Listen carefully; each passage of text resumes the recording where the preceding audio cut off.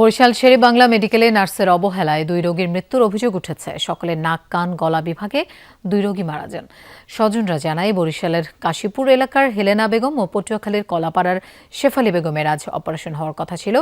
সকালে ওই ওয়ার্ডে দায়িত্বরত নার্স মলিনা হালদার 2 রোগীর শিরায় ইনজেকশন পুশ করার কিছুক্ষণের মধ্যেই তাদের মৃত্যু হয়। স্বজনদের অভিযোগ, নার্সের ভুলেই মারা গেছেন 2 জন।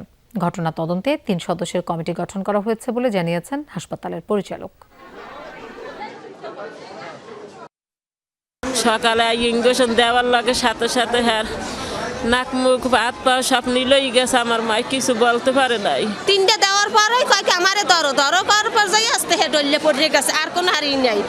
আমরা এর বিচার চাই। কি হয়েছে আমাদের ক্ষমা সুন্দর দৃষ্টিতে দেখেন। আমার আত্মীয় স্বজনও যদি হইতে এরকমের যদি মৃত্যু সজ্জায় শায়িত হইতে, তাহলে সেটা তো কেউ মেনে নিতে পারে না, তারাও তো মেনে নিতে পারতেছে না। যে রোগীর যারা আছে রোগীকে বলেছে আপনারা একটা পুলিশ কেস করেন, কারণ এটা তো একটা তাদের একটা আছে এবং যত ধরনের সহায়তা লাগে আমরা দিব। এখন তাদের ভুল হোক বা যাই